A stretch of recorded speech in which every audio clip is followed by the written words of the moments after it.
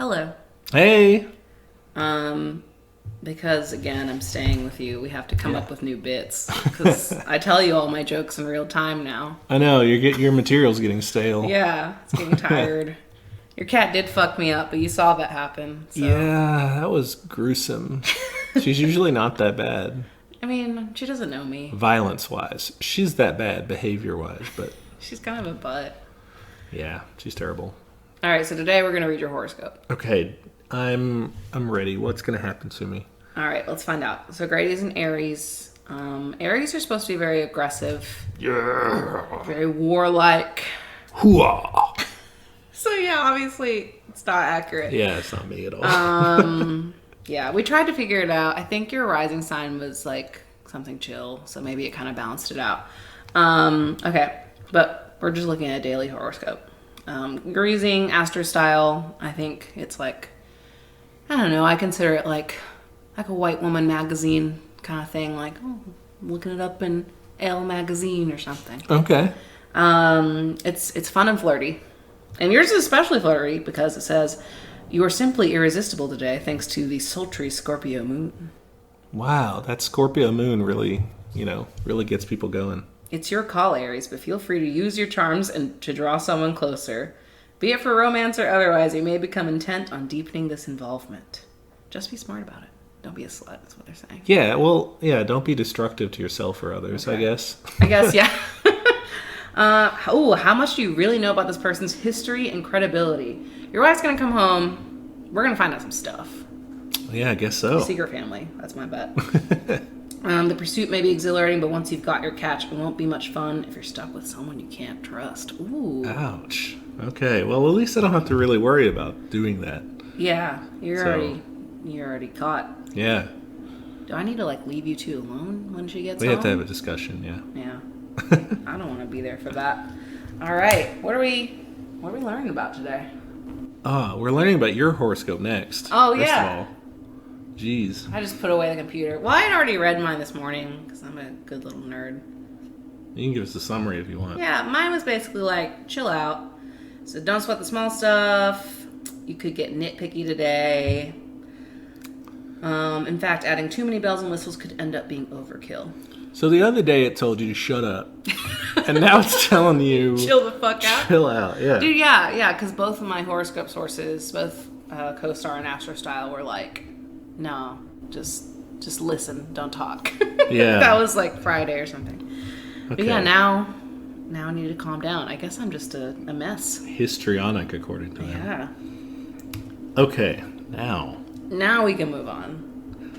Well, today, instead of teaching you about something like just one topic, very specifically, we figured we would open up our show to some of the listener questions that we've gotten. I'm excited. Yeah. So we'll address 3 questions that we have received so far from you guys. And I guess we can start out with a question from John. All right, I'm going to read it. Sure. All right. John says, something I've also become aware of as late is the Socialist Rifle Association. They feel the need to drive home the fact that it's extremely important to arm yourself. I was wondering if you guys could do an episode on the role of guns in communism, whether it be good or bad.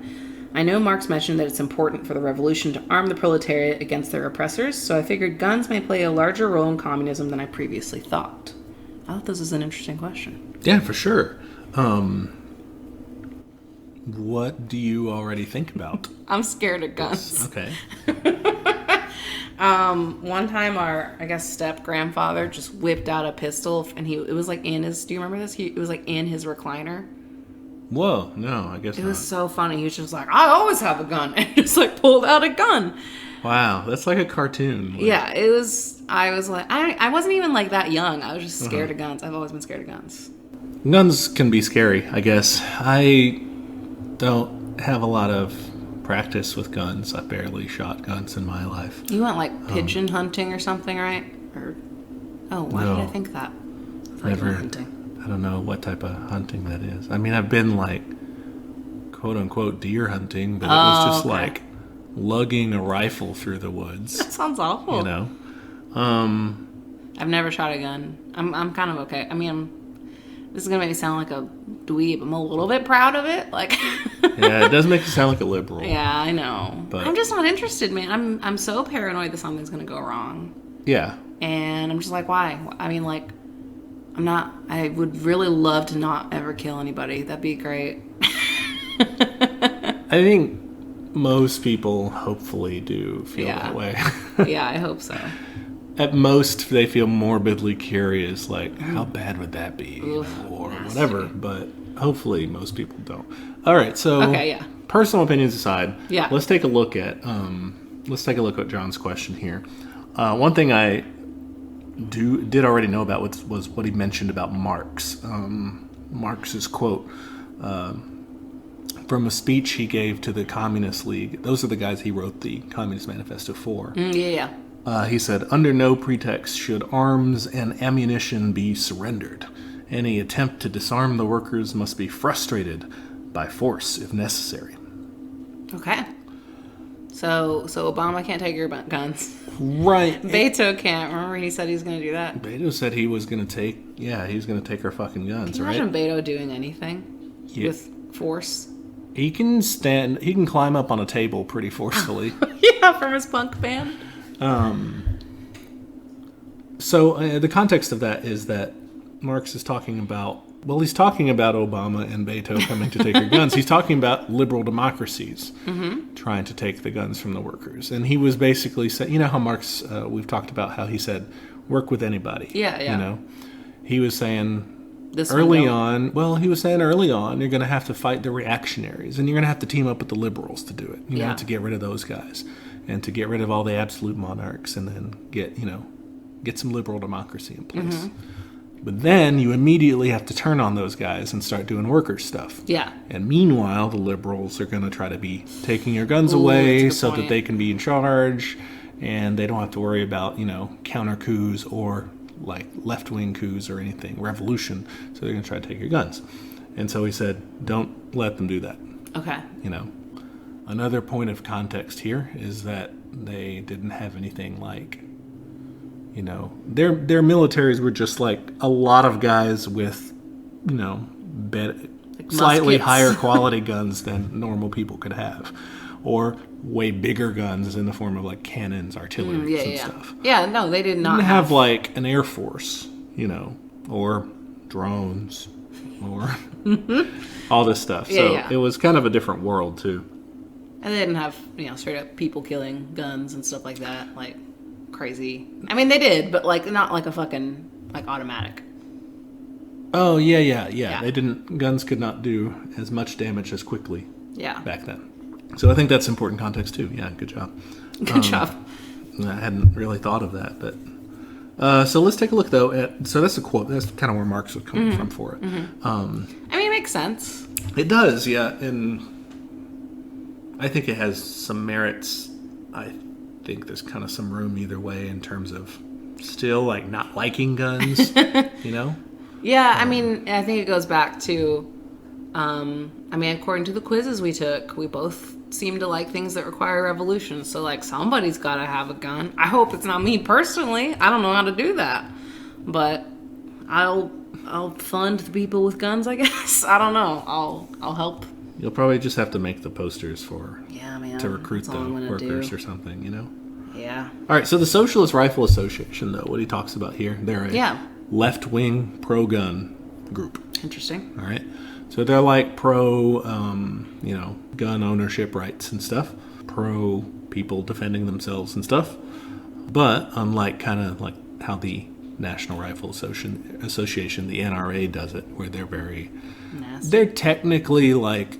They don't say no black people allowed or something, or no gays, but low bar. They're still like exclusive the way they come across, you know, and they're openly like very white, pro patriotic or like traditionalist. They're fashy. Yeah. Socialist Rifle Association is nothing like that. They describe themselves as working class, progressive, anarchist, socialist, communist, eco-warrior, anti-fascist, anti-racist, anti-capitalist, people of color, LGBTQ+. Wow, those are all my favorite words. Yeah, they check all the boxes there. So they're cool in that sense. But they're like, we do that, and, we like guns. We think it's, if people want to defend themselves with guns, that's cool. They should be able to do that. People should be able to defend their communities. People also should be able to just train with guns and get good at guns and go practice shooting guns. It's also like a hobby. Or, whatever. Yeah, like I know people who, like, that's their thing. They go out to a gun range and whatever, or hunting, or whatever it is. Yeah. Skeet shooting. Is it skeet or ski? I think it's skeet shooting. I think so. Skeet shooting is just when you shoot white people on a hill. Yeah. Yeah. A lot different. Or you ski and shoot, which is a different thing. Well, that's a thing. That's a contest. Is that the one that's called skeleton? That's the coolest name? No, that's like you're flying down a hill or something. Yeah. It also has a cool name, though. Look it up. It's called the biathlon. Oh, that one's not as cool. I mean, it's bi, so yeah, but... Yeah, that's true. It is cool because of that. You ski and shoot. All right. That's kind of what they're about, the Socialist Rifle Association. All right, I have a theoretical question then. Yeah. So, like I said, I'm a big weenie when it comes to guns, and I'm always like, take them away. No one needs it. Like, please. Please, guys, don't use your guns. Please. Okay. But I'm willing to entertain this idea if I'm proven wrong and whatever. I get new information. I think what would also help, I like to think of myself as a holistic thinker. Maybe I'm not. Okay. But if we had true socialism with like an adequate social safety net to like, if you have mental health problems, maybe we don't give you that gun. Like that kind of thing. There are different opinions on that. Well, I think it'd have to be a scale because you can't just be like any amount of depression because like a lot of people have depression. The Socialist Rifle Association has actually a particular stance on that. One of the things they talk about is, suicide awareness. Mm-hmm. One of the things they call for is trying to limit suicides by firearm through a temporary firearm holding program, mm-hmm. which they describe as giving people the ability to check in firearms with a local chapter as a service for at-risk individuals, rather than risk losing their firearms rights through the state. Instead of like the state saying, you have depression, you can't have a gun, let people kind of manage that themselves a little more. Okay, so it's more of a community thing. That's cool. Yeah, and so like you would check that in with your local chapter sort of thing. That's fine. I think my broader point was that I think if we have a better social safety net in general, you're probably going to have less trouble with guns anyway. Like you're not going to have crazy crime. You're not going to have really bad mental health, or at least not as much. I definitely agree, yeah. I think that generally communists can kind of differ in terms of where on the spectrum of guns they fall, mm-hmm. Even like the Communist Party USA doesn't technically take a stance on guns at all. Yeah. They're just like, opinions differ, Can I still like join that today? Can I just be like, yes, please? To what? To the Communist Party USA? Yeah, I think they accept membership. It's like a dues paying thing, but you would, have to do with that means you couldn't like vote in like closed primaries, right? No, you can. Texas has an open primary. Oh, well, Texas has an open primary. Oh, I mean, no, because you're a member of that party, but when in a closed primary state, you have to register as. Oh. So each time voter registration comes around, you have to, or you either renew in the party you are in. Yeah, gotcha. So you could register as a communist, and then he could only vote in their primary. But that would be stupid because their primaries don't really matter. So do they even exist? I think they do have some sort of a nomination process. Oh, okay, cool. But anyway, yeah, you have hardcore communists tend to be more revolutionary and tend to say hardcore pro-guns. Marx said do it. You know? You don't want to get crushed by the state. And then more reformists tend to be kind of more, let's not do as much gun, let's not have as many guns, or let's pass some gun restrictions. It's not like across the board they're that way. Yeah. But it tends to be that way.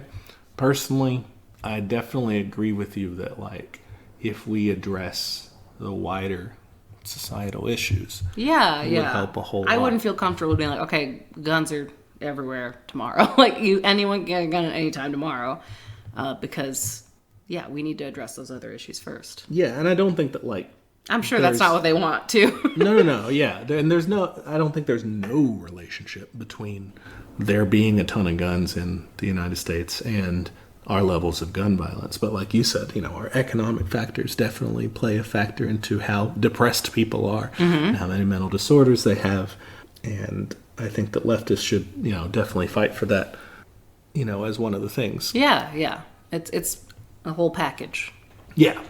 And I also think, regardless of where we fall on the spectrum, or what particular stripe we are, if we're anarcho-communist or whatever, well, at the end of the day, we're anti-capitalists, right? Yeah. So we're still buds.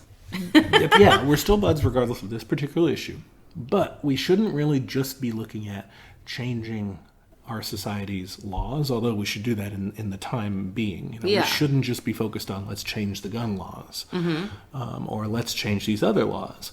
Our ultimate goal should still be to take power for ourselves. Yeah. Obviously, we disagree revolutionarily or reform-wise, how we want to do that, whether it's via the state or whether it's at the local commune level or whatever. But we shouldn't be trying to ask the capitalist government to change these things for us, please, as our ultimate goal. Yeah. It's fine to do that in the meantime, but ultimately we want to be the ones who get to decide that. So. Yeah, I think we keep coming back to these concepts that are very, like I said, they have to kind of go together. Capitalism being the underlying one. So it's it feels like we really can't take care of anything else without that. It's like you can't fucking fix education without it. You can't fix healthcare without it. You just can't. You can alleviate it. Yeah, and we're seeing that now with all these fucking mealy mouth we're changing the state flag design and we removed an episode of Golden Girls nobody cared about. Yeah. And it's no, that's not what we wanted. It is. It feels like they're just coddling us with superficial changes, and it's at the end of the day, we're still getting fucked. Mm-hmm. It's hey, it's like what we how we talked about in the what episode is that? Right to Work? Yeah, the abusive boyfriend. And Right to Work. Yeah, when we talked about shithead dude. Oh, come on, baby, I'll change. Yeah. I changed. Look, I'm wearing a different shirt. I cleaned our room. Yeah, as little as possible to still get to do the same old thing. Yeah. Not to say the changing gun legislation would be that'd be a big deal. A trivial thing. Here's the thing. If someone actually had a really robust gun law tomorrow, I think I'd still go for it. Oh yeah, then there's nothing. Because under a capitalist system that doesn't have these safety nets, then I don't think we can have guns everywhere yet. I'd be willing to put that restriction on. Maybe not. Maybe that's a bad take, but. I think some leftists would say it's a bad take, and some would because then agree. I guess how would you have the revolution if all your guns are taken? I'm not in favor personally of mass confiscation. I don't think it's very useful, but I think that I more sympathize with the Socialist Rifle Association position of trying to increase, the safety of owning guns. I'm okay with that. Without really limiting them. That's fair. And types of guns, I think, is common sense. I think you definitely don't want to expand it to rocket launchers or something. That would not make sense. You know? So I take back my bad take because I just realized logically it makes no fucking sense. How are you gonna have a revolution if they took all your guns? Well, ideally, unless you're doing a strike or something, I don't know. Ideally, all that firepower and stuff that the military has becomes ours because if it doesn't, we probably lose. We would lose anyway, even if everyone had a gun, huh? So ideally, we need them anyway. If we're talking the revolutionary approach, and we don't even really know if we're too on board with that personally. But I like it in the abstract. I am scared. Yeah, there's a lot of different ways. I will feed you, and I will make cool posters for it. All right, that's kind of the first question. Yeah, I think we could have gone more on that, but we kind of want to just do a quick addressing of these questions. Yeah, so for sure. Let's go to our next one from Jack. All right. Jack says, when I was young, I was taught in school that China is a socialist country with Chinese characteristics incorporated. For a long time, I firmly believed in it. But after I studied in the UK and got a chance to watch various videos on YouTube, now I think that China is nothing like a socialist country. But if all these named socialist/communist countries were never what they were named, then does it mean we've never had any practice for socialism or communism in the field? And if capitalism can bring prosperity and better life to us, in the case of China, why do we need a theoretical system in the future? Basically, just, they kind of want to know where to turn to next. They also ask if we can give some suggestions on what to read, watch, and listen to. Okay. Interesting. I like that question from Jack there. Yeah, thank you, Jack. Let's tackle it kind of one at a time. Yeah. He talks first about China being described as socialism with Chinese characteristics. Yeah. It's like the official party line in terms of what their political economic system is. Can I backtrack just a smidge? Yeah. There's just so much propaganda about China is the thing. I just wanted to mention that, like, I'm particularly coming from a very Western perspective of, like, I just feel like China's been set up as the boogeyman forever. People just think it's like, I mean, I don't know what it is, honestly. I'm waiting for you to tell me. But I think the U.S. line is like, oh, it's a dictatorship. Oh, it's like there's just no freedom. There's just where all the sweatshops are and all this stuff. Like, it's very much scare tactics. So I'm curious to hear what's actually up. What's over going there. on for real? It's a huge economy. Yeah. I mean, it's a huge country. And a huge economy can't just run on sweatshops. I mean, they do have high-tech industry there as well. For sure. They have it's a diversified economy. It does have some democratic institutions, in terms of representative government or whatever. It is definitely not the most democratic country in the world, for sure, and not the country with the most political freedom either. Okay. So I would not really rate it very highly on that scale. I also come from a Western bias on this, so I don't know as much about China as I could in terms of that. And that's something we definitely have talked about doing episodes about that in the future, delving into, like, just the history of communist China and how it got there and all that stuff. Yeah, so I think we do need to. It would, there's multiple aspects we could explore with that. But you're right, yeah, we get a lot of propaganda about China. I think a lot of it has elements of truth to it. Okay. It's centered around criticisms that kind of carry some weight. Okay. Like with... like human rights. They're very bad at that, right? So in terms of human rights, one particular glaring instance is the treatment of the Uyghur population. Yeah, I've read about this. It's bad. I do not support what they're doing there. Does not sound like it's good. It reminds me of, and this is how I would frame most of America's propaganda against China, is propaganda in the sense that it's one-sided, or that it points to China and says, look at the bad things you do. Which is, I think, good, because they are bad things. They are bad things, yeah. But I don't think, it always kind of carries an air of like, and they're, and we don't do that. And we don't do that. I mean, my favorite maxim these days is that two things can be true at once. Yeah, I don't want to engage in... I tweet that like every other day. Yeah, I don't want to engage in whataboutism and be like, well, yeah, but, America's bad. Because they are. That doesn't excuse China, but China being bad doesn't excuse America either. Yeah, exactly. Where they have the Uyghur concentration camps, we've got detention centers, we've jails. Got Guantanamo Bay. We have our own things in that regard, but they do have kind of a poor human rights record in that respect. The Communist Party arrangement is kind of tightly locked there. But in regards to Jack's question here, he's saying China is a bureaucratic capitalist country or a national capitalist country. They do seem nationalist. They're nationalist. They definitely, when you look at the Hong Kong situation, they were very, they passed laws saying you couldn't, make fun of the national anthem or something like that. So, real quick, let's just have a quick definition of nationalism as it's used. Nationalism is just, patriotism, or kind of in the more common usage, maybe you could think of it in terms of school spirit, but for the country. It's not the same thing as fascism, but they're buds, right?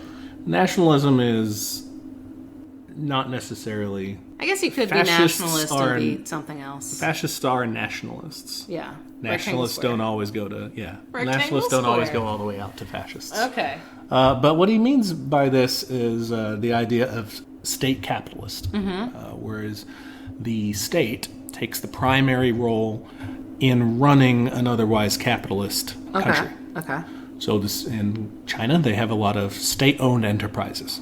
The government runs a lot of businesses in China. So, what kind of businesses? Like utilities kind of stuff, or just like anything? Anything. Oh. Like for-profit ventures, but they run them. It's owned by the state. That's weird. Yeah. So I would agree with his assessment there that China is a state capitalist. Officially, what China calls it, its economic system, and that socialism with Chinese characteristics, they refer to it as a socialist market economy. That's confusing. Yeah. It's the idea here is that you are trying to achieve socialist principles, do socialist things, but you have a market economy that the government is just kind of trying to influence in its way. Okay, so it's almost like a weird version of like a sockdom, but they're like directly manipulating the markets instead of just like taxing people. And they're in it. they're doing playing in the market game. They're not, as opposed to keeping it separate. Yeah, they're not a referee trying to rule in favor of they the joined workers. The team. They're playing in the game and they're trying to win for the workers. Okay, basically. interesting. Supposedly, though, I mean, I don't know. I'm skeptical about that. I'm skeptical that they're trying to help every single worker in China. Mm-hmm. I think that they're probably not trying to help people who disagree with the regime or religious minorities or various groups like that. That in that sense. That's where you get into some of the darker sides of nationalism. Mm-hmm. Besides that part, which is really bad, they do have a lot of like social provisions and stuff for people. Okay, that's cool. Especially compared to where they came from, really increased literacy rates, really increased health provision, standards of living, education and that sort of too. thing. Mm-hmm. So the government plays a large role. They kind of help with macroeconomic plans, which is just like, generally, where do we want our economy to end up, down the road. Like they'd ever be like, I don't know, it could go down some. Yeah, right. I think we're making too much money. They want to improve, but it's like, oh, let's expand in oil. Oh, let's do this building project, that sort of thing. But there's also a lot of private ownership of the means of production. Okay. So it's not just the state running things. Okay. There's also like private businesses that operate in the Chinese economy. So it's definitely not just socialist, right? It's kind of a mix. It's a mix. I think Jack asks here in the question, if China or, the Soviet Union, other countries, whatever, so-called socialist or communist countries weren't actually that. And what were they? Yeah, well, what were they? Or like, have we ever seen true socialism or communism? So we talked about this in the first episode, I remember, because that was like a big, I was going to say... sticking point. That was a big like aha moment for me. Mm-hmm. Was that technically we've never had communism, because full communism is like, I got a replicator, guys, food forever. Yes. But even socialism, like, it's always been, I don't know, from what I've heard at least, it's always been problematic. Okay, yeah. You're right on the communist side. There's no, we haven't had true communism happen in the sense of like post-scarcity, all that, no inequality, no social classes. I don't think that's really leftists have to argue on that front. Socialism, though. Yeah, tell me. The way I would put it is it's kind of a spectrum. Yeah. You can be more socialistic, less socialistic. It's kind of like when we were looking at the variants of leftism and we said, okay, a social democrat is like your last stop out of capitalism. Yeah. And you kind of go into the reformers and then you go harder from there. So if you look at like, I think a common current example would be like Scandinavian countries. People are like, those are socialist countries. They still have markets though, right? Yeah, those are explicitly like social democratic countries. Yeah, so they're technically socialism. It's just socialism light. They are still capitalist in the sense that their economy is still capitalist. They just try to use that to help people. Yeah. I think that's a good example of it. But like you can go anywhere from that to kind of what China's doing, which is more socialistic. You do have more, in this sense, government-run companies, which theoretically is worker-run companies because the workers are supposed to be in charge of the government. To the extent that that's really the case is a different story. That's kind of the political, side of it. But exactly. If they actually socialized, I guess. I was going to say the opposite of privatized. Yeah, if they actually did it with workers in charge. That makes sense, because we've talked about it before, like, man, I wish they would, fucking socialize the internet, like, so everyone has it. Yeah. Mm-hmm. So I would say, China is in the socialist camp, broadly speaking. Mm-hmm. They do say, we want to get to socialism, we want to get to communism. Yeah. But their economy, I think, and their political system has some more so their economy has very capitalistic elements to it. Yeah, for sure. You know, modern day examples of this include Vietnam, Laos, Cuba, even North Korea does have in more recent years a kind of gradual, small little bits of experimenting with some privatization style. You know, like it's a bid to get foreign development money, basically. Yeah. To try to turn their, economic situation around. Mm-hmm. But that's a big scale, Scandinavian countries to what North Korea is doing. Yeah. But to some extent, they allow some degree of capitalism regulated by a government that has socialistic goals and policies. Sorry, that was a big sentence you just said. Say it again. To some degree, all of these countries... All of them, okay. Yeah, all of these countries have a little bit of capitalism. Okay, yeah. From very, very, so very nobody's gotten rid of it. Nobody's gotten rid of it completely. I think North Korea doesn't really have much at all, but it's a big sliding scale in terms of a little bit to substantial amounts in Scandinavia. What about like historically? So historically, you've got countries like the Soviet Union. You've got China back in the day under Mao. You have Yugoslavia, East Germany, other Eastern Bloc countries and stuff. Leftists definitely disagree about how socialistic these countries were. Personally, if you're asking about did they truly carry out socialism, I would say that, they aren't perfect examples of it. For sure. Again, yeah. I do think that most of them at some point in their history started setting up, in terms of, the laws of their country, setting up a socialist government and an economy. Socialist government, socialist economy, to some extent, with varying degrees of success. I would not say that they were not socialist at all. They tried to be. And why I say at different points in their history is because, like, if you look at the Soviet Union, they had a period called the New Economic Policy, which was like Lenin saying, let's do a little bit of state capitalism. Yeah, it'll help us for a bit, Mao really didn't engage in much capitalism, I don't think, but after him, there were economic reforms under a guy named Deng Xiaoping that started to introduce some more kind of market mechanisms and stuff. So, and Yugoslavia was always kind of a mixed situation. Okay. When you look at history at overtly socialist countries like that, there is a big difference between what they were doing and what, like, even liberal democratic administrations in the United States were doing. Well, we talked about this before when we were talking about, like, global communism. I think that was Trotsky's thing, right? Trotsky was all about the permanent revolution, yeah. Yeah, and I mean, how difficult that is if not everyone's on board. And, like, I run into this wall all the time when I'm daydreaming about it. It's like, well, even if I had, Christine land, perfect communism, how the hell am I going to, like, trade with other countries that are capitalist still? Like, how would that work? True, yeah, that and is. I think these countries, fucking look at Cuba. Like, the world is against them on this, so that's going to hinder their efforts. I'm not saying that they're perfect without that. I think there's definitely, in a lot of these places, like, still, like, racism and, like, some bad shit going on. But that definitely does not help. Yeah, I would definitely say that was a hindrance to them. But you're right, it doesn't excuse everything that they did incorrectly, and especially in terms of, political repression and not fulfilling the promise of democratizing their government. Yeah. Of really having a government that was not just saying it's for the workers, please let us do things for you, but actually being of the workers. Being made out of them. Yeah. That's different. Another part of Jack's question here was about saying if capitalism can bring prosperity and a better life to us in the case of China, why do we need this theoretical system? I think there's kind of two parts to this. The first part is the assumption that capitalism can bring prosperity and bring a better life. Can, but not to everybody. Yeah. Here's what I would say, that with state capitalism, right?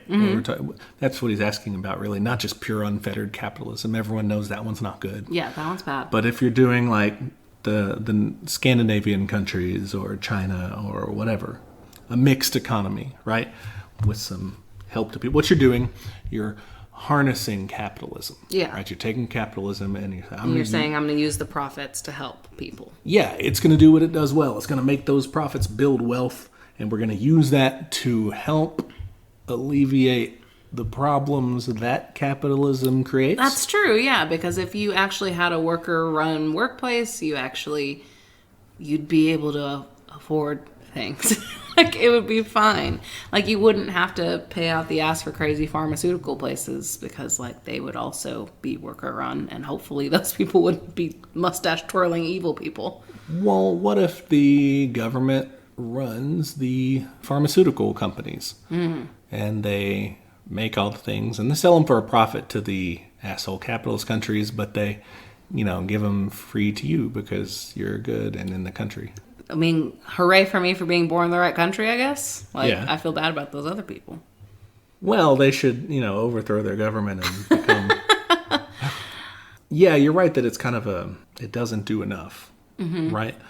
I think that it is way better than just, letting the bosses pocket all that and buy yachts and mansions with them or something. Yeah, no, I would like to get rid of capitalism, like, as it stands today. I think a big weakness in this also is that it leaves in place, like, the fact that there are two different classes. Yeah, there's always going to be a boss. There's always going to be a worker. I think for me, too, it's also, like, resource extraction. Like, if you have capitalism, you're still fucking up the earth in some way. Yeah. I don't think there's a way to do that sustainably and still make a profit. Maybe, in some cases there are. But then what's going to happen is you're going to have to jack up your price so much that, like, poor people can't afford it. But then how do you get out of that with socialism? I don't know. You still have to produce things, and you're going to extract things. You do. But I don't know. I would hope that socialism is more, I don't know, science-y and research heavy and, like, is looking into alternative ways to produce things. Instead of just solely focused on making as much money as they can in the current state. Okay. Yeah, that's my eco-communism stripe showing. Is I would divert most scientific resources to, like, hey, fix climate change. This is your job now. Fair enough. Yeah. And also figure out replicators. Go. Two very distinct priorities there. Yeah, that's my administration. Vote for me.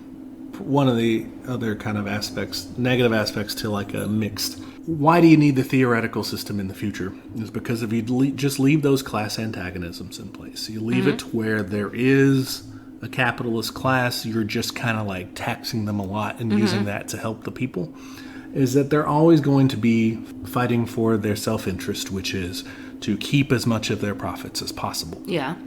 And meanwhile, the government / the workers, they're going to be fighting for their self-interest to tax more of that to provide for people. Yeah. And to alleviate the problems that are being caused. That tension, with that tension there's a greater chance that the capitalists, win or are able to roll back some of that. Because they have, the power, which is resources. They have direct control of the resources. There's an element of, you need us to produce these things. You kind of have to keep them happy. Without a worker-run workplace, someone can always just leave or take their ball and go home. Yeah. Whereas with socialism, it's not like you move past there being self-interest. And we're not asking people to become saints. Yeah. But you either gradually or all at once get rid of the people who have that economic power, who see themselves as a different class with different interests. Yeah. And when everyone's kind of on the same side, still looking out for their self-interest, it's going to work better because they're working for society / themselves. Yeah, they're working to provide a service instead of just trying to scramble out of a hole. We watched a very good Star Trek episode last night that talked about this. What was the name of that episode? That one was the Neutral Zone. The Neutral Zone. Yeah, season 1, I think, of Next Generation. And the plot was spoilers for Star Trek Next Generation. The plot was they found some frozen people from, like, our time, basically. Yeah. Which is funny because this was in the 80s, so this is what they thought would happen. By the way, according to them, TV only has 20 more years. By 2040, TV's not as popular. Get your binge watching in now. But one of the guys was like a financier, was his title, and he was really pissed he couldn't get to his bank accounts. He's like, I need to call my lawyer, and it's just like a total Karen about it, like call the captain on the comm, and he's like, this is for official business. But yeah, and he basically, like, Picard basically had to sit him down and be like, look, we don't have that anymore. Like, we're done. No one's going hungry anymore. Like, we fixed that. And the guy was just like, what's the point? Yeah, what a loser. He's like, what's the challenge? Ugh. And he's just like, figure it out. That's the challenge. Yeah, like, man. Do what you want to do. Like, have a drive beyond accumulating piles of shit like a dragon. Exactly. And do something, you know. And that's what you ultimately are going to move people toward in socialism that you're never going to get away from under state capitalism or under, you know, a social democracy style thing that just still uses capitalism. I'd like to go back to the point of, like, if it enriches people. This might not apply. We can cut it if we want to. Sure. But I saw this really great tweet the other day. It was from Sui Davies Okumbagwa, and he's talking about the colonization of Africa, and that people often use kind of the excuse of, well, you know, it got better there because of colonization. They'd use this excuse for lots of places, lots of indigenous cultures that are wiped out. They're like, aren't you glad we brought technology and just shit like that? Which has its roots in just complete actual racism of let's enlighten the barbaric people. Exactly. You know? But he talks about the Benin Empire, which is now Benin City in southern Nigeria, and how before they were, you know, brutally colonized, they were in charge of their own trade agreements. It was like a thriving medieval city. But yeah, so they were like totally fine being an independent player in this economy, basically. There are great empires, though, in Africa, in the, you know, the civilizations, the Ghana Empire, the Mali Empire. Mali was the kings of Mali. One of the most famous ones was Mansa Musa. Yeah, I've heard of him. Yeah, he made a Hajj to Mecca, spent so much gold on the way that he caused, you know, some inflation in the region because he was just so rich and so, you know, the kingdom was just so wealthy. And they spent so much money that just kind of, you know, caused a minor economic problem there. So I found what I was looking for. Benin had the walls of Benin, and it was 1.4 times longer than the Great Wall of China. Wow. Yeah. That's impressive. Yeah. Like, they had technology. Like, they were capable, you know, and you can look at things like, you know, Aztecs and just, like, Latin American cultures. They had really cool shit going. They understood mathematics. They had crazy astrological calendars and stuff. Like, they weren't just, you know, wallowing in the mud or something. Yeah. I don't know. But to that extent, for sure. And even if they were killing a bunch of them, I don't know if that doesn't excuse it. Yeah, I don't know if, like, killing a bunch of them so that the few who lived descendants can have railroads. I don't know if that's, like... not worth it. Yeah. Yeah, exactly. Like, it was a straight up genocide. We shouldn't excuse that with, well, you have a car now. Right, yeah. Don't you like your iPhone? Yeah, it's ridiculous. Yeah, for sure. So I think, Jack, to tie this question together, I think that you are right in your assessment of China. To answer your question about the seeing socialism or communism in practice, we definitely haven't seen communism. We've only seen kind of sort of messed up versions of socialism in different ways. Capitalism can do some good things if the state, like, you know, channels it to help the people, but a better way is to not leave the capitalists laying around ready to mess things up for you. I'm wondering, because this is one of the reasons we started this podcast, is that when you talk about communism, people are always like, well, what about China, or what about Russia? And you have to, like, defend them. And, like, one, you shouldn't have to defend the bullshit they did. That's bad. Yeah. But two, I mean, it is very tough to look at these attempts that, like, in many ways failed and have to figure out, like, okay, how would we actually do it next time? I mean, and then I think part of that is, one, the idea that capitalism is not a failure. That's a failure. Yeah. Like, we read about fucking Gilead is going to charge out the ass for their coronavirus treatment. Like, that's a failure. Like, there's a pandemic and you are basically condemning poor people to die. There's a pandemic, and you've got your doctors in trash bags and stuff, and your police in Iron Man suits. Exactly. Like, that is a failure. We can't pretend that this is a good thing anymore. Yeah. But two, yeah, I mean, I'm of two minds, and part of me is just like, fuck it, let's all go just local anarcho-communism. Maybe that's the reason they fail, because they're too big. And then I'm like, no, everyone has to do it once. It has to be huge. We got to get to global communism tomorrow. So, I don't know. I mean, we're not going to answer that question here. It's just something that I always think about. For sure, yeah. And there are also some current examples of anarchist or anarcho-communist, like kind of, not states, not full countries or anything, but areas, kind of local governance things that do exist. You've got the... Talking about CHOP? I mean, you CHOP do have is CHOP, but it's very tiny. You have the Zapatistas in Mexico. Oh, yeah, tell me about them. The acronym for them are the MARES, the Municipios Autónomos Rebeldes Zapatistas. Ooh. And the Rebel Zapatista Autonomous Municipalities. And it's just like a bunch of towns and pueblos and small areas like that, regions of the state of Chiapas that are just basically... Yeah, the state of Chiapas, they're basically like self-governing. Like they just don't let the rest of the government in there. That's kind of cool. And stuff like that. Like and they kind of administer their places, in a commune style fashion. Like, and they're not putting people in gulags or anything. Yeah. There aren't, terrors going on there.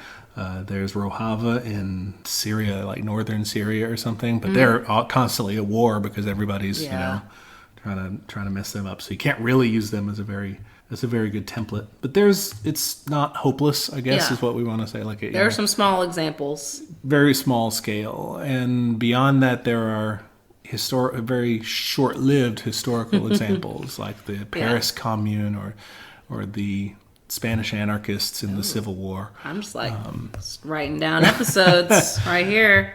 Those historical examples are in times of crisis and stuff, though. So they really don't get a chance. They're born in war and get crushed in the war, and you can't really... You say, I want to be like the Paris Commune. Well...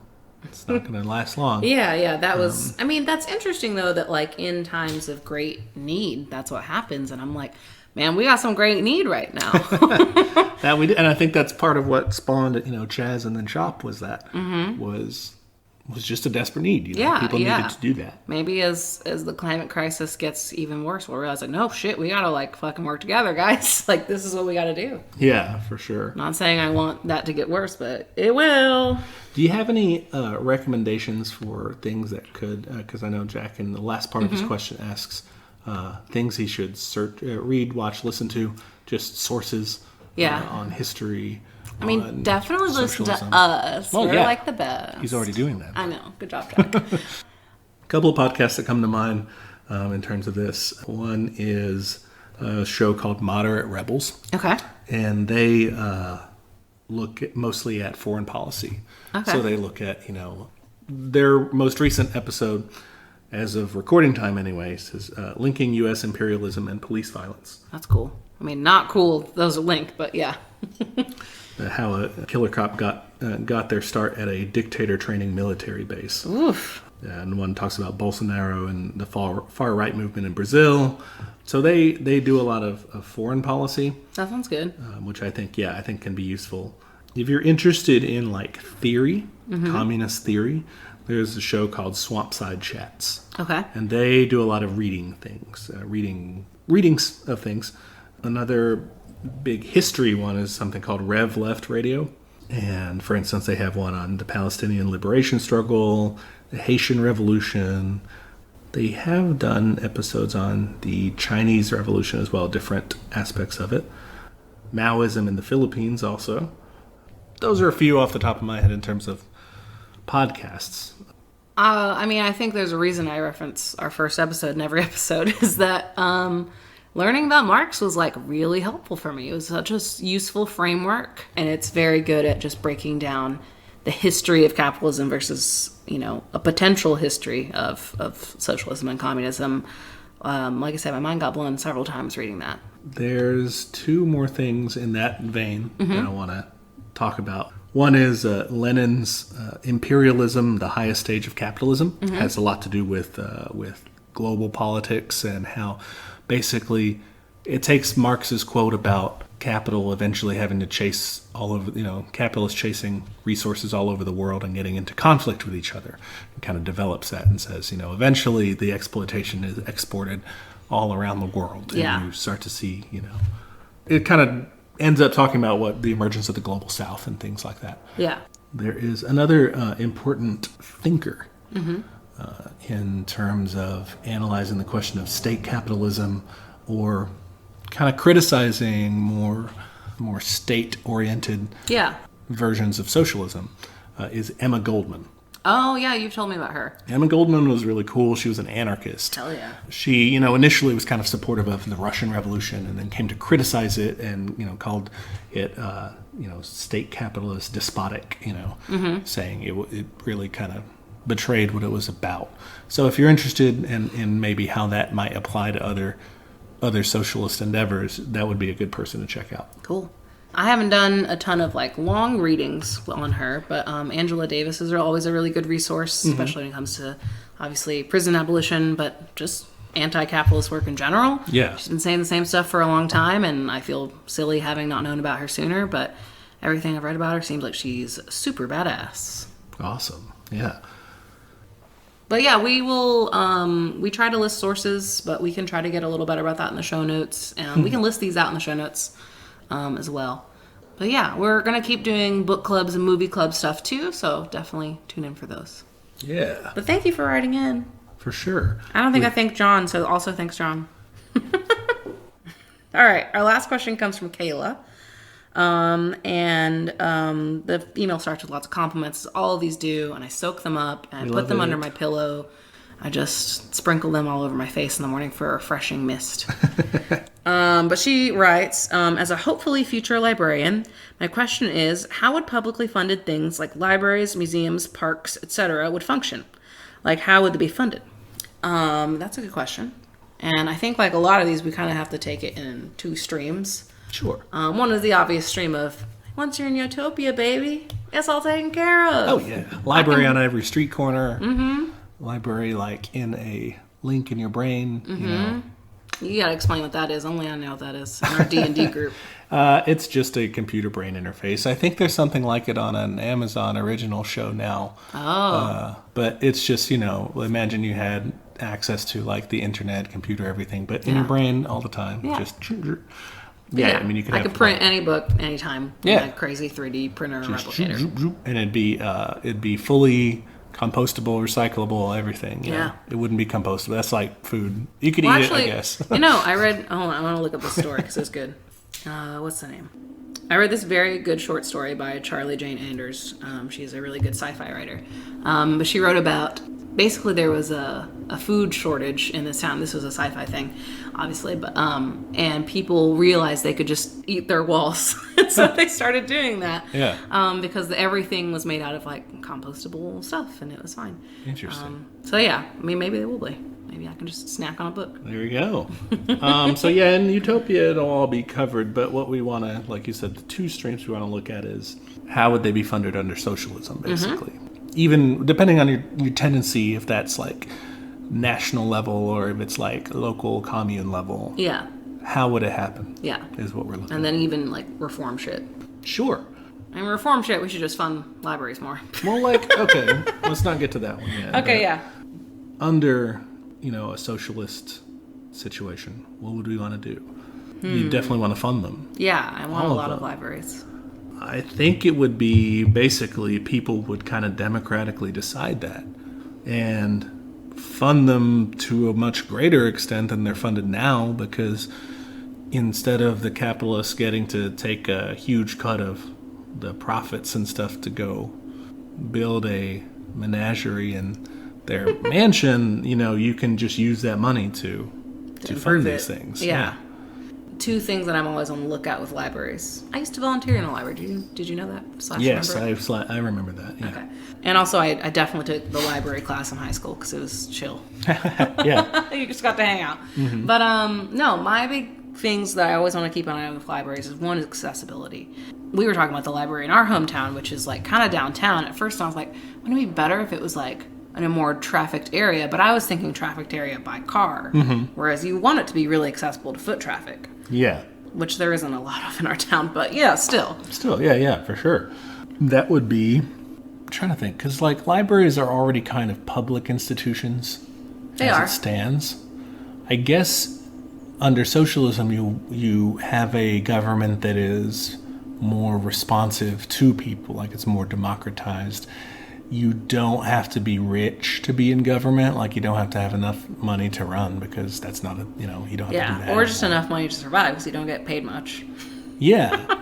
and it's also less concentrated in terms of like a parliament or like a Congress or like a city council or local government, and more horizontal. So like things can be voted on more directly. You might put out as a public referendum, where do we want this library to be? Instead of having, the city council bring in the Chamber of Commerce guys, and sure, you voted for the city council, but like, who are they listening to now? Yeah, exactly. Where are they going to put the library now? Things are in a socialist program supposed to be, like we said, more responsible to the people, basically. Yeah. The second point I'm always looking for libraries is that libraries aren't just a place for books. They should include lots of community programming. And, for a lot of people, that's where they get their internet access and a place to stay during the day, especially here in Texas where it's stupid hot. And other places where, climate is a problem. So I don't think it has to be in a socialist society. It's not so much your only shelter from the heat, for sure. So we would hopefully, we would do other stuff for that too. Yeah, you're right that it should be like a public space. It should be. That's my dream. Like I want there to be, robust children's reading programs and activities and like plays and all kinds of stuff. Like, yeah. Do you find it annoying? Sometimes I find it annoying that when you're looking for something to do, you're usually looking for some way to spend money. Yes, yeah. You're like, there's not really. There are a few good ways to like. Yeah, how many times have you Googled like cheap date ideas? Like in college, that's all I did. Yeah, you can like go to the park or like go to the library or something. Yeah. But there's a lot of things involved going somewhere and spending some money at a thing. Buying. For sure, a thing. going to the movies, going to a restaurant, whatever. Yeah, I think that. Part of this, these publicly funded things, the great thing about them, about improving libraries or museums or parks, is that, hey, in socialism, for instance, museums wouldn't charge entry fees. Exactly. They would just be paid for out of the general fund. Parks, national parks and state parks and stuff, sometimes those have entry fees. They wouldn't have entry fees, libraries don't, but like, printing that can add up. I guess if you're printing a lot of stuff, or like late fees and shit like that. Late fees. I think there's already even a movement to like kind of get rid of late fees. Yeah, because it's a deterrent to checking out books. Yeah, online libraries are doing a lot of great work right now, so that's good. Like audiobook style things, or just downloading it on your phone or whatever and reading. I guess they do have the ebooks too. Yeah, and it's just making it a lot more accessible for people, especially now when like they can't go out. So that's kind of cool. I wonder if you can, because I know. So our local libraries here, like you sign up in person. I don't think you can sign up online. Too. Yeah. But once you do, you have access to, all sorts of media on those online libraries. Yeah. So it's and another thing is if we actually democratize our libraries, like you can get so much shit done. Like there's like you can get actual sources. I'm just thinking like research possibilities are huge. Like I think basically it makes education more accessible. You don't necessarily have to go to a fucking fancy college. You can just like education is still useful in that sense. But I think it's a lot more open if you have those resources freely available and funded. Yeah, that's true.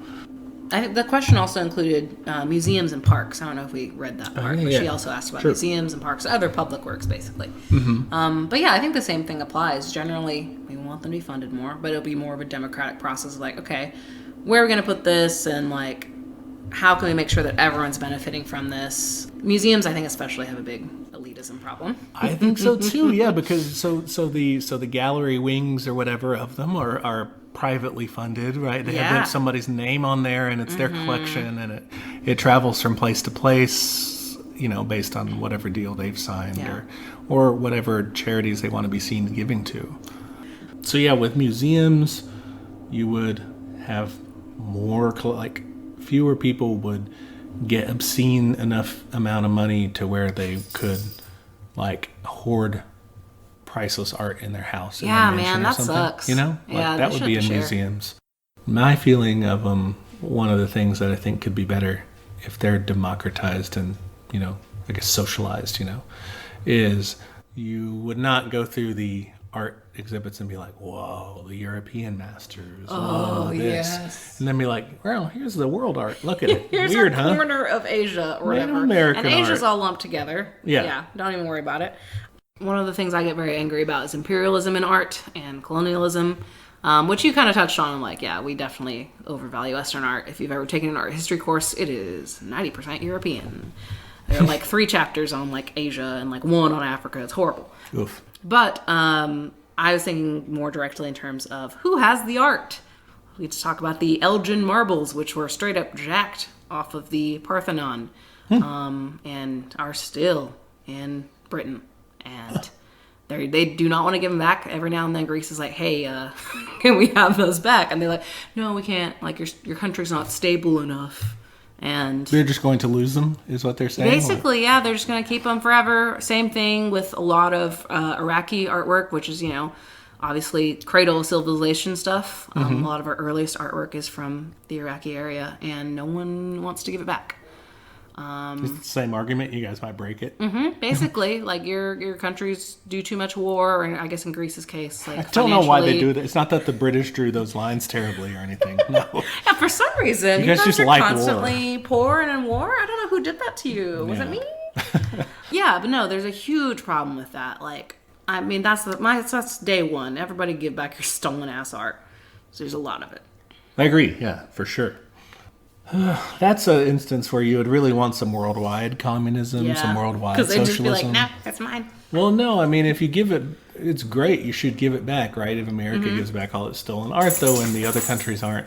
If you give it if America gives back a lot of artwork to other countries, you know, because we've gone into socialism, and then the other countries haven't, and they hate us for it, then they will be like, well, it's ours now. You can't look at it, which is their right to do. Because it was theirs, but it does kind of suck that you won't have access to that. It's and true. Vice versa, if like another country goes through it, and then America's like, well, suck it, you can't, you know. Not that we really produce any art besides Cheesecake Factory. So, we do produce modern art. Shut up. I think another solution to that would be like fucking fund local art. Yeah, my commune would be just covered in art. I want the whole thing just to be painted and just crazy ass sculptures everywhere. And if you provide enough basic services, like, people can do that. Yeah. I think it would be a cool combination of providing basic stuff for people, you know, just to where they can be like, hey, if you don't want a job, if you just want to like paint stuff and create music or what, you know, or if do you want whatever. To work at the library, which like, traditionally has not been paid very well. Yeah. Sorry. Then you can just do Kayla, that. Sorry. You can just do that and like, it's fine. You know, you're not broke. But a combination of that and just straight up paying people as a job stipend, like, you know, as a job, being a musician, being a writer, being whatever. Yeah, it's valuable, man. Like WPA style from the Depression or something. Just pay the artists to do stuff. We don't care what you do. Make a mural, make whatever. Do some cool things. Like, you know, put on a play. Yeah. The reason I want to fund local art too is because even if everyone's global communism, look, we all have our free museums up. Cool. You still have to travel, and that's a big hindrance. Like, you know, I've never been to fucking Europe. So, yeah, I think we should also really bolster local art because, one, it's cool. And two, not everyone's going to be able to travel. Hopefully, in the future, we have our crazy light speed rail or whatever. Yeah. Even then. Teleporter. That's a good point. Parks was the last part of that question. Parks, yeah, we want them. Parks, you have to do it also because if you're going to solve climate, you need more land conserved. Yeah. You know, less overdevelopment in places and, you know, suburban sprawl and stuff. Yeah. You've got to, and a great way to do that is just make fucking parks out of them. Yeah, and I think too, you'll also have, again, on the localization front, you'll have a lot more green spaces because if we're going full anarcho-communism, like, that's how they're going to be eating their food. So, like, you're going to have a lot more green, which would be nice. Yeah. Bad for my allergies, but good for my tummy. That's another thing that would be funded from the general fund of, the state or the local commune would definitely have to prioritize. And think about, in any of these situations, how much less you're spending on police, on the military, on small business grants or something, or tax loopholes for various corporations. But also how much less you're spending. That's money that you can use. Yeah. And there are, clear benefits to having these things. Like art and mental health are very intertwined. Same thing with nature. Like if you don't go outside enough, like that's going to be bad for you. Yeah. Which we have all learned lately. I realized, wow, I really want a yard. Definitely talk to my partner about that soon. Yeah. These things will definitely, even if you don't have as much police or any police, like the fact that you are taking care of people in this way, I think is going to make up for that. Yeah, for sure. Damn, I just really want to get rid of police, huh? Yeah, no problem with that. I think we agree there. We talked about how it's going, obviously utopia, it'll be great. Mm-hmm. We talked about how socialism, it'll also be great. Pretty great. Like, I'm into it. What do we, however, have to advocate for right now? Yeah, right now, because we're not really close to any of this yet. But we want to get there. What are some concrete things we can do, or support even? I think patronizing these places is a good first step. I think I am certainly guilty of not using these services that already exist. I don't have a library card. I should get one of those. Yeah, I use libraries are cool. Yeah, man. They're great. I buy books. I'm bad. I do too, but I like libraries. So yeah. I think just showing that there is a need for it, I think, is big. If any of those organizations have a volunteer program that you want to get into, I think that'd be cool. Demand increased funding for it. Yeah, do that. Just demand increased funding. Demand increased accessibility. Demand increased range of services in terms of like, hey, expand the computer banks. Hey, for sure. Increase the internet speeds. Yeah. Hey, get modern computers. Increase like the collections in the libraries, increase the collections in the museums, decrease the entry fees, get rid of the entry fees, and they'll negotiate down to decreasing them. That's true, yeah. Parking, make parking free there. If it's charged in bigger cities, it tends to you have to pay for it and everything. Every time my friends visit me, I'm like, I'm sorry. Parks, increase the staff there, decrease entry fees. Increase amenities, increase like staff in terms of like cleaning, maintenance, stuff like that. Mm-hmm. Across the board on all of these, increase the wages for the people who work be pro there. Worker. Yeah, increase their benefits. Make sure they're on whatever the best retirement plan that the city offers is, and then improve that. Yeah, for sure. All of these. I was thinking of this as kind of not really, it's half-baked, but like... Tell me.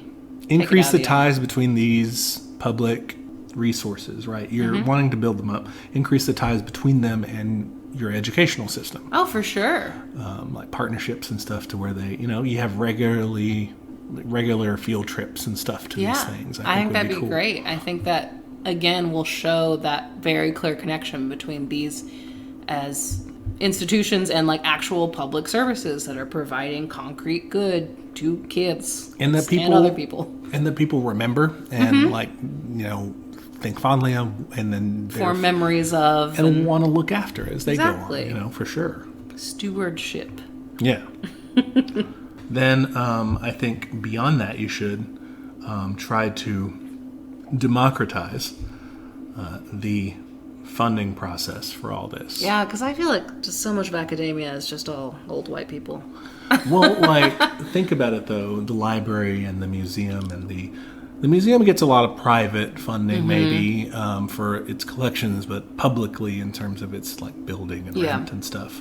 But parks and everything, like democratize the process at like the local, the state, the national, whatever level, to where you get to decide more of how much of our money is going to go to buying the police some new riot gear or a tank, how much of our money is going to go to them or to their pay raises, how much of our money is going to go to city officials, how much of our money is going to go to this. Yeah. You should demand that they expand all that stuff we were saying before. Yeah.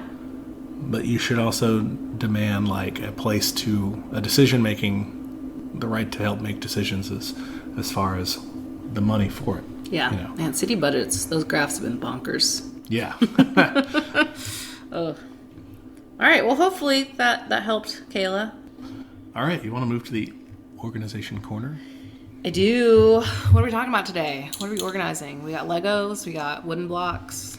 Well, let's part of what we're talking about here is kind of local institutions and stuff, and it kind of made me think about a very local way to kind of organize and stuff is forming mutual aid. Yeah, I've heard a lot about this. I think since like the pandemic started, there were a lot of them kind of cropping up, and I didn't know the term, but I'm like, it sounds pretty cool. Yeah. Mutual aid's when people join together, basically. They work together to assist each other. Mutual aid, right? Yeah, I mean, that's why I thought it sounded cool. It's kind of a network. Just people who live around you, people in your area. You help each other emotionally, socially, materially, financially. People who help people who don't.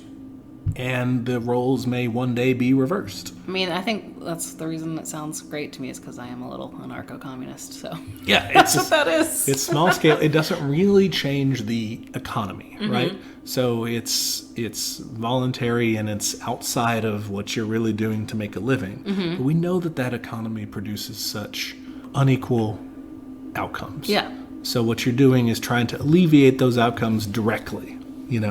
Trying to. From the people who make so much just on the basis of their job, not because they're an asshole or something, they can then help out people who don't. Yeah, that sounds good. Yeah. So how is that different from charity? That's a good question, because I don't think either of us are like very big charity fans. I'm not. I have a lot of complicated feelings about it. Charity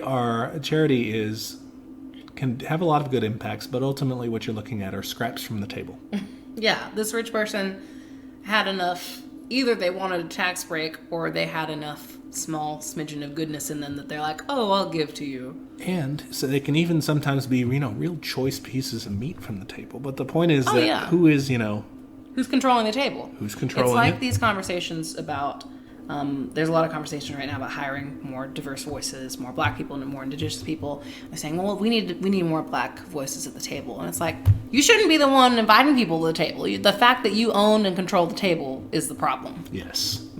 That is ultimately, what we're talking about here is mutual aid is direct neighbor to neighbor. There's no other outside organization deciding who they're going to dispense their benevolence to. Charity comes often with a ton of strings attached.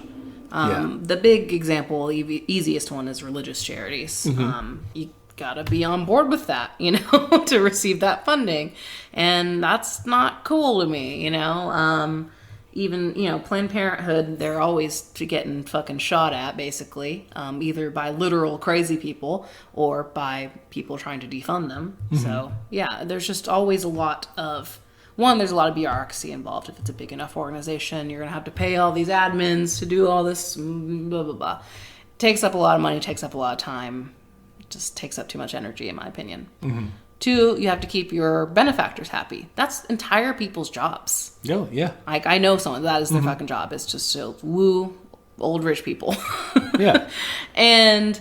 that's crazy that these vital services are left in the hands of, like, did I spend enough money on this banquet to get them to donate even more money? Like, that's just so wasteful. It blows my mind. I'm like, you could have done your, $600 a plate dinner and just been like, hey, just give those $600. Like, instead of doing that. There's extra steps just to keep the machine going that don't really need to be. It's a Rube Goldberg device for sure.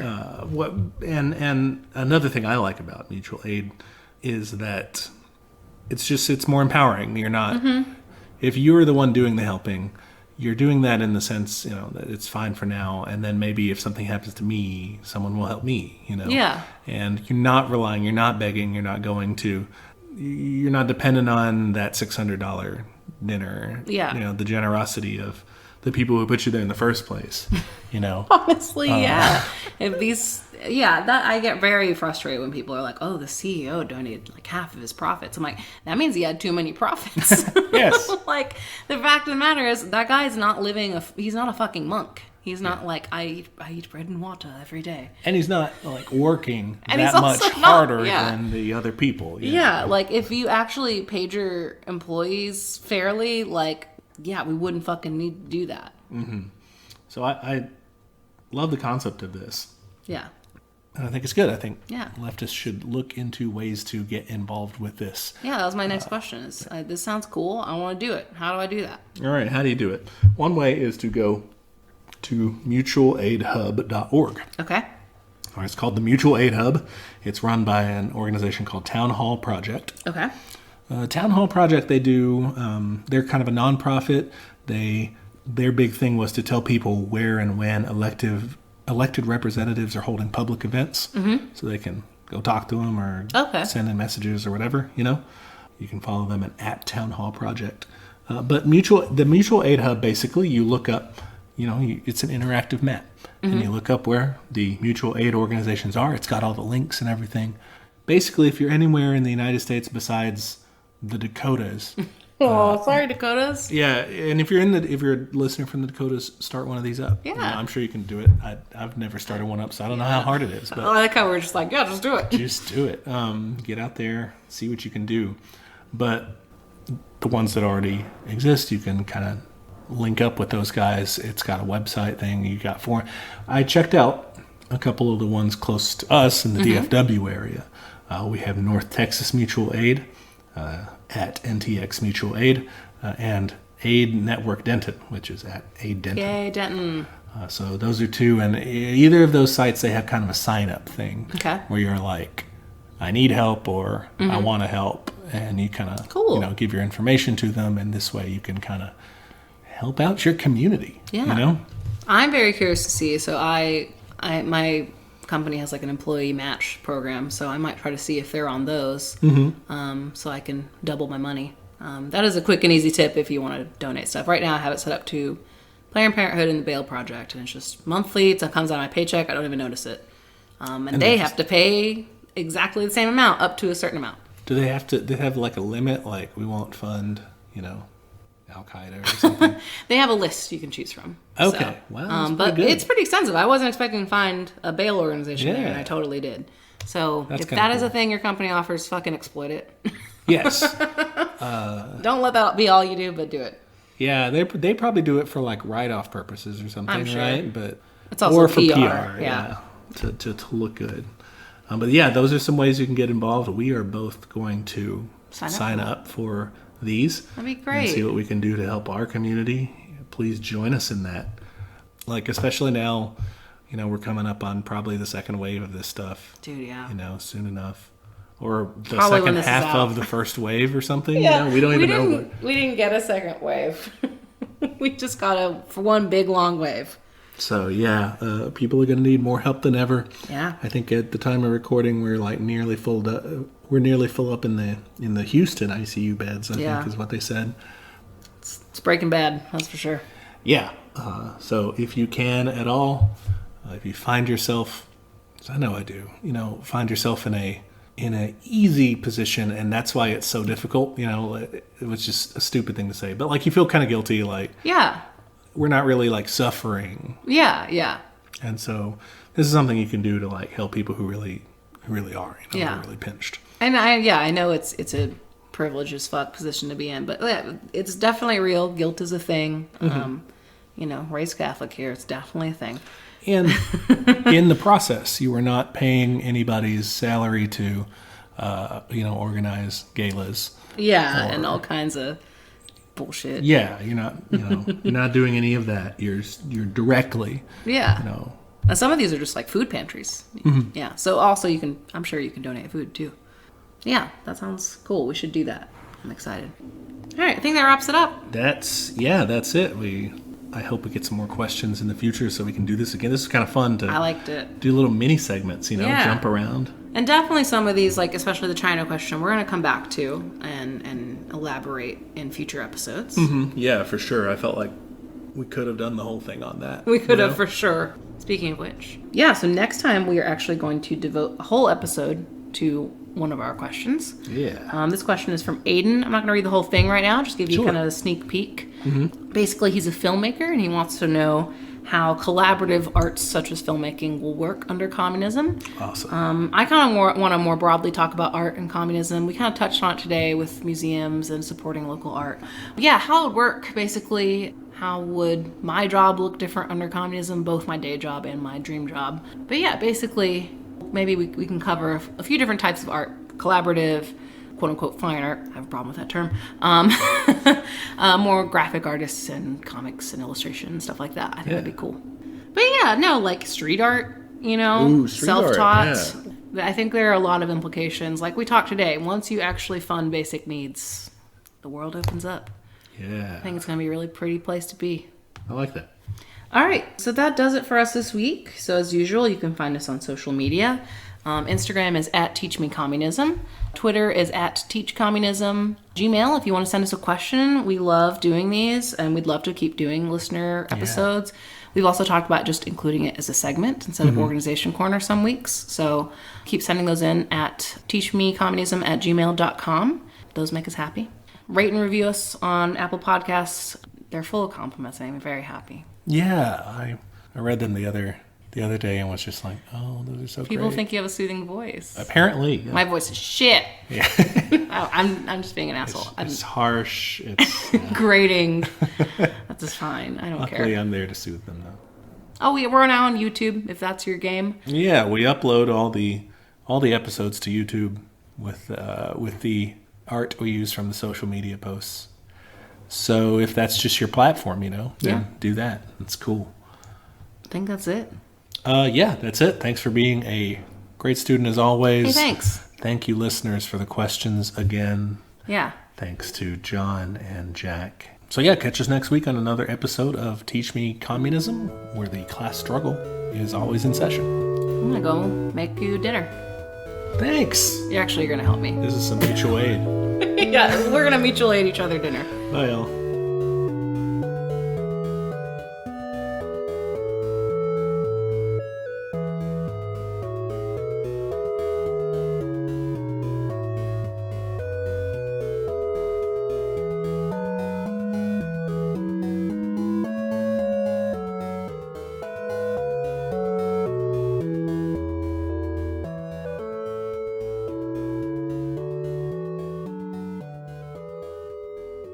Hey, Remy. Look at his little paws.